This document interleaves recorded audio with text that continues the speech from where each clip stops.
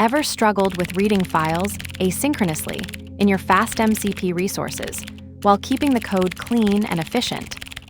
You'll see how to expose file content as a resource using async file operations, with proper error handling when the file doesn't exist.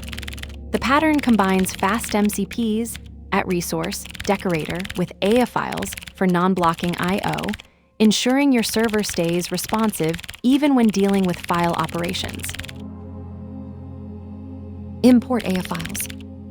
From FastMCP, import FastMCP. MCP equals FastMCP. Name equals data server. At MCP resource, file //app/data/important log, txt, MIME type equals text/plain. Async def read important log, SDR. Reads content from a specific log file asynchronously. Try.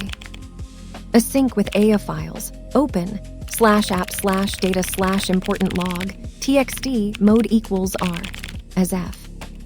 Content equals await fread. Return content. Accept file not found error. Return log file not found. This demonstrates the resource abstraction pattern for exposing data access points in a declarative way. The pattern treats data sources, whether static files, dynamic computations, or external APIs, as uniform resources that clients can discover and consume through standardized URIs. What makes this distinctive is the separation between resource definition, the URI and metadata, and resource implementation, the function logic, enabling clean, maintainable data exposure without tight coupling. The approach works by using a decorator to register functions as addressable resources, where the URI template defines the access pattern and the function provides the content. FastMCP handles the translation between URI requests and function execution, including parameter extraction, type coercion, and content serialization. This design keeps the implementation focused on data retrieval logic, while the framework manages discovery, routing, and transport concerns. This pattern solves the problem of ad hoc data exposure by providing a structured, self-documenting way to make data available to clients or LLMs. It's particularly valuable in AI integration, scenarios where models need controlled access to files, configurations, or computed data without exposing arbitrary code execution. The trade-off is a slight learning curve for URI templating, but the result is a scalable, maintainable system where data access points are first-class citizens rather than afterthoughts. Let's break it down line by line. Import aiofiles. Imports aiofiles for asynchronous file I/O operations. This prevents blocking the event loop during file reads, which is critical for maintaining performance in async applications like this FastMCP resource handler. From FastMCP, import FastMCP. This imports FastMCP, the core class for building AI callable tools. It transforms Python functions into structured APIs that AI models can invoke, handling serialization and type enforcement automatically. MCP equals FastMCP. Name equals data server. Instantiates the FastMCP server with the identifier data server. This creates the central coordinator that will expose your Python functions as AI callable tools, handling all request routing and response serialization. The name parameter distinguishes this server instance in logs and monitoring systems. At MCP resource, file //app/data/important log, txt, MIME type equals text/plain. Async def read important log, SDR. Reads content from a specific log file asynchronously. This decorator exposes the function as a FastMCP resource at the specified file URI, advertising it as plain text content. The pattern maps physical files to async callable endpoints, enabling remote systems to request file contents through FastMCP's protocol.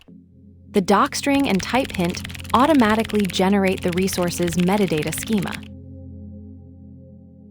Try.